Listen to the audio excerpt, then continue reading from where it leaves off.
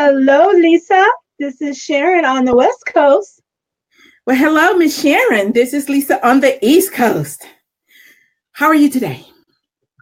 Well, I'm excited that we're here to talk about our topic today. There's one specific thing that I have been wanting to talk about since we discussed the talk show that Yes. We got to my topic that I was excited about first, but it took us a minute to get to yours. Well, if you're dropping in right now, you have dropped in on Coast to Coast Beauty. And I am Sharon Davis on the West Coast. And I am Arlita, Lisa Washington on the East Coast. And together we are Coast to Coast Beauty. Yes. Today we are talking about extreme things that we do in the name of beauty. In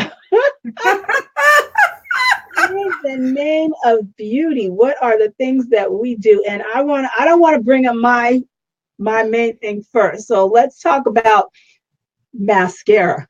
That is a big issue. That's a big issue. Okay. Mascara. So you want to, okay, first of all, people just don't pay attention to the fact that you need to turn that stuff over every 3 months, right? Yes. I mean, if your mascara gets to the point where it's dried out, it should have been gone long before it dried out. So I have people say, oh, my mascara's dried out. I need some more. And I'm thinking, oh, sweetie, you needed some more months ago. If it's dried out, you're way past the expiration date. Right. But you know what? I think it's interesting that we say it's past the expiration date, but manufacturers don't put that on the expiration date on the containers. And so we have to self-govern that expiration date ourselves. Well, I'm looking at this one, and it does have, how they have there's two ways you can tell when things have expired. Okay. They'll have it's a little thing that looks like a translucent powder container. Mm-hmm. And if it's closed, then the number that you see on the inside of the powder is the unopened expiration. So if it says 24 and it's closed, that means the shelf life is only 24 months. Right. But if that top is open, it means that you have 24 months from the time you open it. Okay. Exactly. However, I haven't seen a lot of mascaras with that on it. Have you? I'm not saying they're not out there. I'm just saying I haven't. Yeah. The one I'm looking at right now, it has it on there. It's way too small for me to read it, though. Okay. It does have the open date, and we know from what we do anyway is that 3 months is the limit with mascara. It truly is. I'm looking at a lip tint here, and it's got the closed container and the open container with one date. So that means it has 24 months to sit on the shelf, and then another 24 months after you open it. That's interesting. Okay. Yes. Okay. All right. I've never seen that where it's two. Let me look at this one. I've got it has two of them, and this one doesn't have it on there at all. And that's what I've noticed with most of the mascaras that I've seen, that it's not on there at all. Okay. And even if you find it, will it really say 3 months? Do you have one that says 3 months? There is one that says 3 months, and that's what it should say for mascara. Mm-hmm. So when people call me and ask me, well, how can I extend the life of? They want to put Vaseline in it. They want to put saline drops that you put in your eyes in there. And no, throw it away. Your eye safety is more important than that dollar. Give it up. It truly is. And I'm sorry, but an eye issue can become an extreme health issue. If you get an infection in your eye, it drains down to the, base of your brain. As all that stuff up there is connected. So you might be thinking, oh, it's just a mascara, but and it's a little bit deeper than just getting mites, which is the number one thing that you get. I think one of the number one things you can get are the mites. But is that what you call it? Styes? No, these are little bugs that can get in your hair, and they can get in your eyelashes, mites. But it's a little bit more deeper than that. It could become an eye infection. It could even become an even more serious infection if left untreated. Yeah.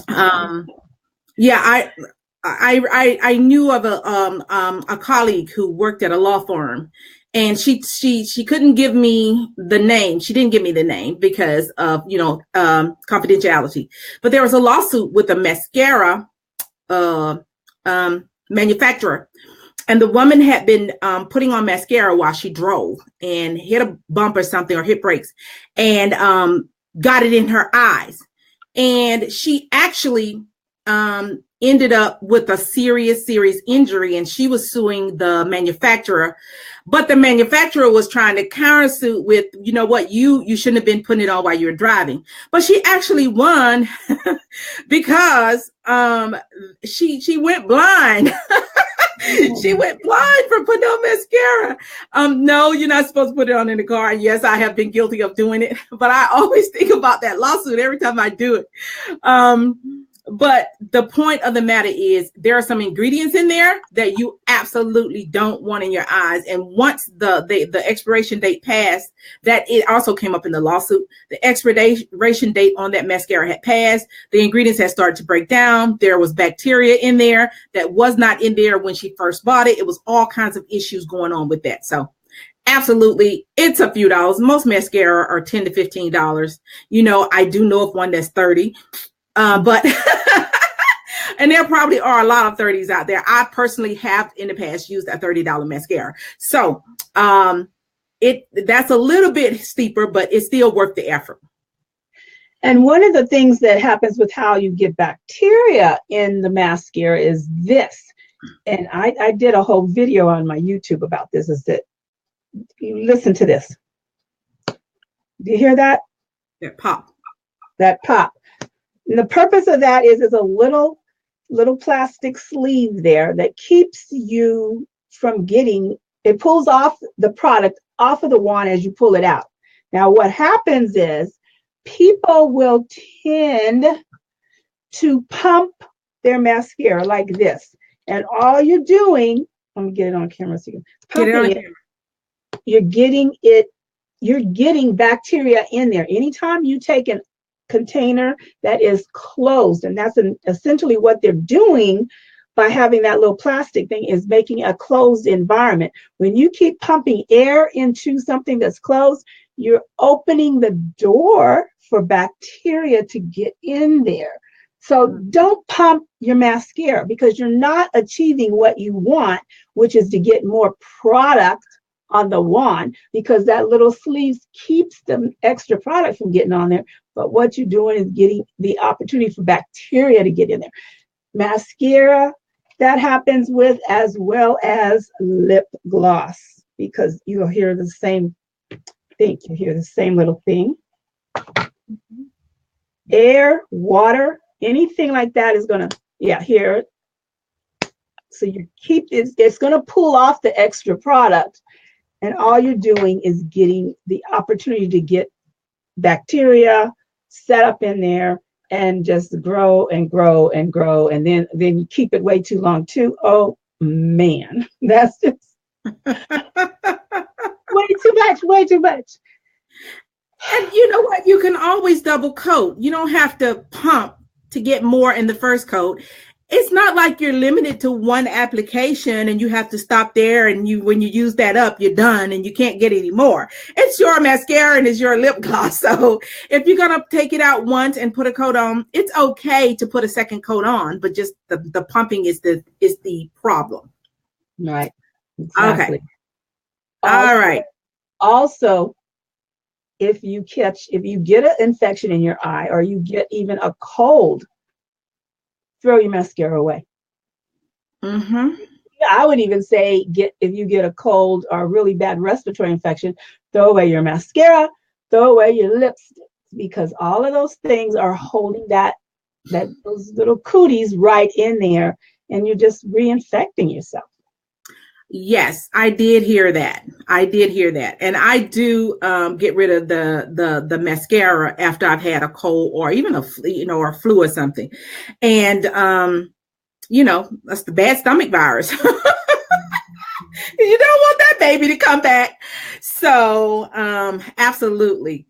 And sharing mascara, I know we all have our BFFs and our girlfriends, and we go to the bathroom when we're out and we're like, oh, can I use your lipstick and can I use your mascara? And yes, I've done it. Yes, I know better, but let me just tell you, even if she's healthy, bacteria and viruses show up. They're in your system before the symptom shows up. So you really like playing Russian roulette, where you got the bullet in the chamber, you spin it, and then you stick it to your head and wait to see how many clicks you can get out of it before you actually shoot yourself. And that's what you're doing when you're sharing mascara. It's simply not something to do.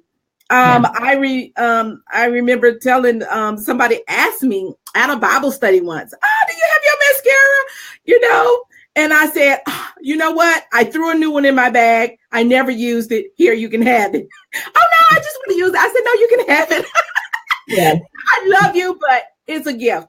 So sharing mascara and sharing lip gloss and lipstick is something that you really want to think about. Okay. Not that you'll get something deadly, but a virus or a bug or something could absolutely be something that you're taking a chance on. All right. So, formaldehyde in your nail polish. Ooh. Now that makes beautiful nails. It makes them so thick and firm. They just grow magnificently. But the polish just lasts and lasts and lasts without chipping. Love it. But formaldehyde is, do you know what formaldehyde is, right? Embalming fluid. Yes. Yeah. So that doesn't even sound like it's something we need to be doing. Okay. I remember when I was a teenager, my dad was stationed in Germany, and this girl, she just had these beautiful nails. She had like 50 different colors of nail polish. I mean, this is in the 70s. They didn't have that many colors then, but she had all, because she was just so into her nails. And her dad would bring her home a little bottle of formaldehyde, and she'd take a couple drops and put them in each polish. And she just loved her nails. That is how I came to be introduced to formaldehyde too. I was complimenting someone, and she told me she went to the local funeral home and she took a little bottle down there, and the man, he's so nice. He didn't even charge me. He just gives me a little bottle, and I just come home and with a dropper and put a couple of drops in my nail polish, and she had the most beautiful nails. I'm not gonna kid you, but that formaldehyde, that kind of freaked me out a little bit. I was like, I'm not walking into a funeral home. But then, nail companies started putting it in there, and that solved it. I will say nothing makes sure that it lasts as long as that. But it is totally recommended that you know what you're putting on, that you understand what it is you're putting on. And some people are okay with it, and that's fine. And some people would be like, what is in there? So yeah, you need to know that. Well, I actually tried it, and I'm telling you, it had my nails, they just hurt. I mean, they felt like rocks were on them. Well, let me say this. I know people still add it today. And if the nail color manufacturers do put it in a measure that passes the federal government's guidelines. If you're adding it yourself, really? I mean, that stuff is seeping right through your nails, right into your nail bed, right into your fingers. Yeah. So you're basically doing to your fingers what the undertaker will do to you, to someone who is dead. And for you need to ask yourself if that's what you want to be doing to have pretty nails. And let's be honest, in today's world, with so many options that we do have other options for pretty nails. And we do have, you can just get them done more often if chipping is your issue. But just, being informed about what it is that you're doing and the possible effects of what you're doing is what we're saying. And that's that there's not there. I think in Europe there's like almost 2,000 different ingredients that are banned in cosmetics, that are absolutely banned. Mm-hmm. In the United States, there are 8. Yet some of the best products on earth come out of that country. So things that make you go, all right. You have to be on your own toes and read your ingredients and understand what those ingredients are and what the outcome of that can be. Now, that leads me to my big one that's just driving me crazy. Okay, I know I can see you just like, go ahead, get it. Do it, Sharon, do it. And what bugs me about this so much, Lisa, is that high-scale fashion magazines even endorse the use of this product for this purpose. Okay. Then making me crazy. Do you know there are women who run around and use milk of magnesia as primer? I have heard that, yes. And as a matter of fact, I've read it in one of those high fashion magazines. Yes. They've even said, it makes a beautiful palette. It gives you such smooth texture. And I'm sure it does. But let's look at what's in this product. Let's look at what this product is on the market for. It's on the market as a laxative. It is a laxative. So it's made up of saline laxatives and magnesium hydrochloride. Now, those products are wonderful when you need to relieve yourself and you're not able to do that. But what happens is that you're putting this on your face every day. Now, let me tell you, there are several ways that things get into our body, that we absorb things. When you think about the different ways that medication's given, you drink it, which goes into your digestive system. You put it in your mouth, let it melt. You put it under your tongue, let it melt. You rub it on your skin. You stick it in a needle under your skin. You stick it into the muscle. You put it in your eyes, you put it in your ears, and you put it up a few places, okay? Those are the ways medication get into your body. Patches, which is going into the skin. So if you're putting on milk of magnesia every day as primer, you are continuously putting laxative on your skin, and your skin is going to absorb that. Your skin is going to absorb that. And over time, what's going to happen, Lisa? You're going to get a lot of that into your system over time. It's just going to build up and build up. And then eventually, it's going to affect your digestive system, your colon, and all of that. And as you get older, that starts to happen anyway. But you're like in your 20s, but your 20s, your 30s, your 40s, you're putting MOM on your face every day or once a week even. Your body's going to start not being able to relieve itself without that product. And it's going to take more and more of it to help you achieve what you're trying to, what nature should be doing naturally. Yes. That is absolutely scary to me that so many women are using that, and that you have other, people, other fashion designers, fashion magazines, beauty experts endorsing the use of that product as a primer. I mean, there are many primers out there on the market that would work wonderfully for that. Maybe it's not that white look that you're wanting, but look for other ways, please. I beg you. I will say that has been your shudder-worthy beauty habit since I first met you. And yes. I can see why. So, when you know better, you do better. And so I'm glad we're tackling that today. I have two different ones that I have run into on more than one occasion. Because with the company that I'm with, I do a lot of bath and body and spa parties. And so at these parties, I demo body treatments and spa treatments. Well, one of the products that I demo is a product called Foot Balm. And it is designed to keep your feet really, really soft and keep the, for lack of a better word, crud from building up on the bottom of your feet.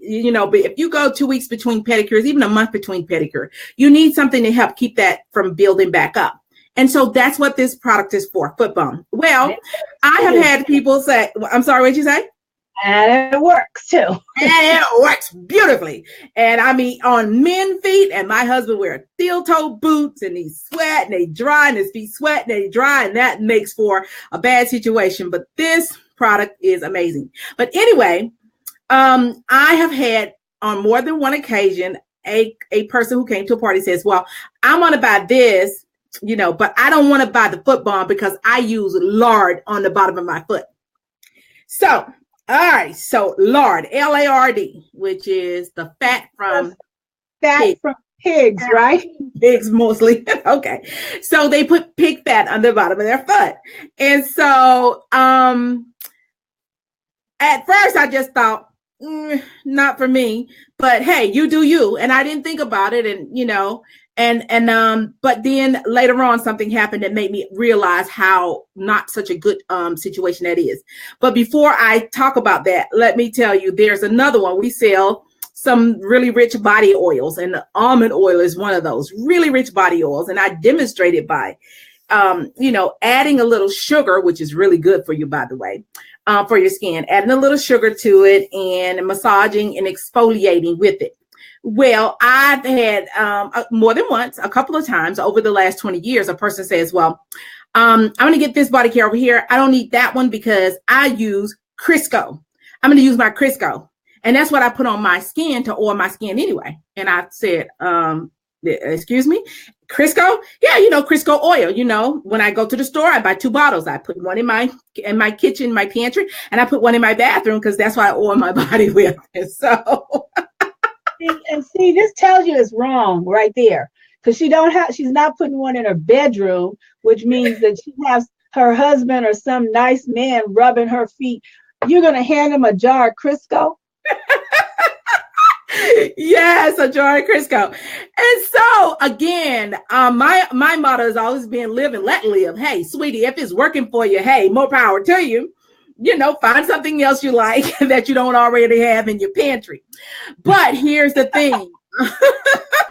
I was later on, I was on this diet, and the diet gave us a list of things not to use, and then it said why. And one of the things it listed was the lard, the animal product, and also the oils that are in the kitchen cabinet. And the reason why was the same reason why what you were talking about is because your skin is going to absorb that.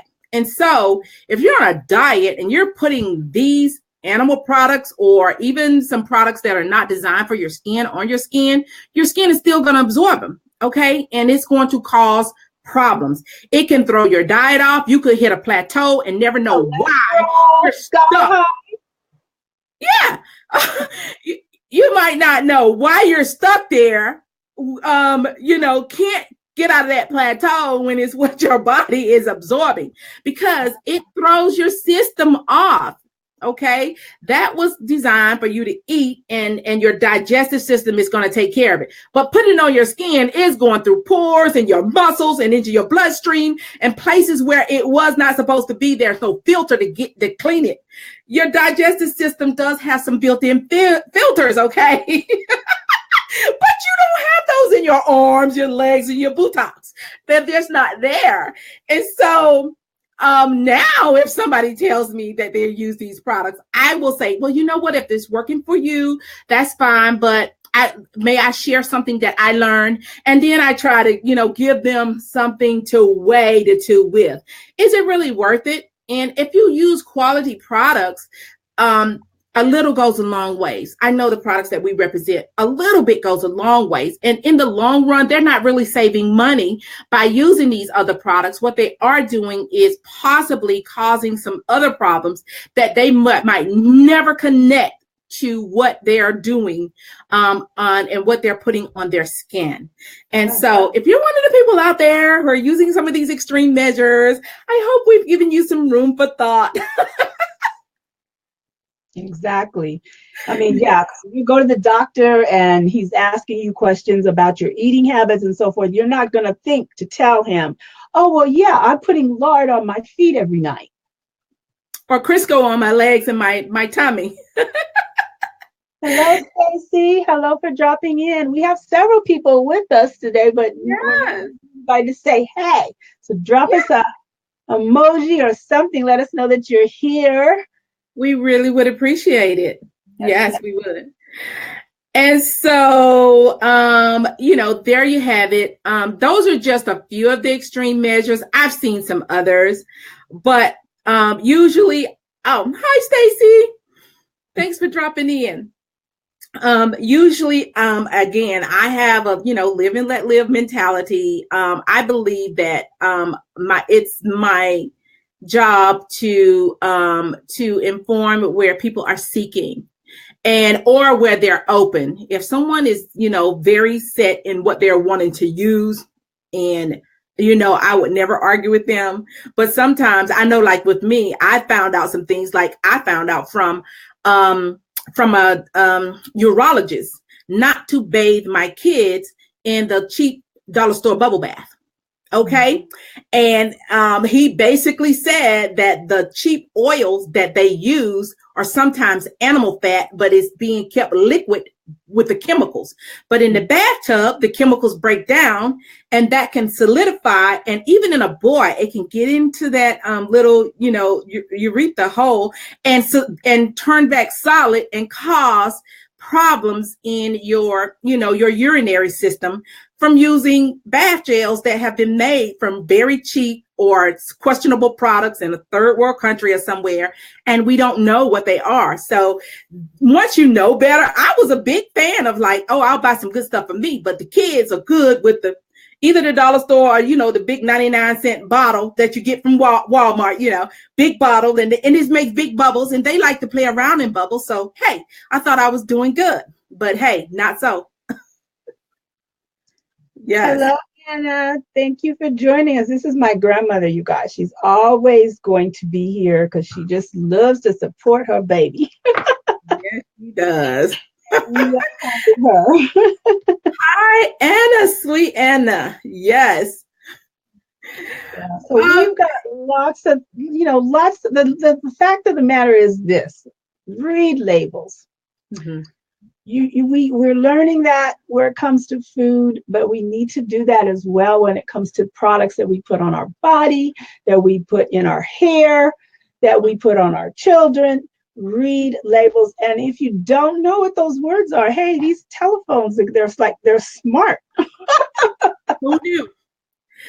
They're smart. Look up those words, those big words that you don't know, that's formaldehyde in another form. That's, charcoal and this other. That's the other thing. Is so many people are putting charcoal to line their eyes. Can you believe that? I mean, yeah.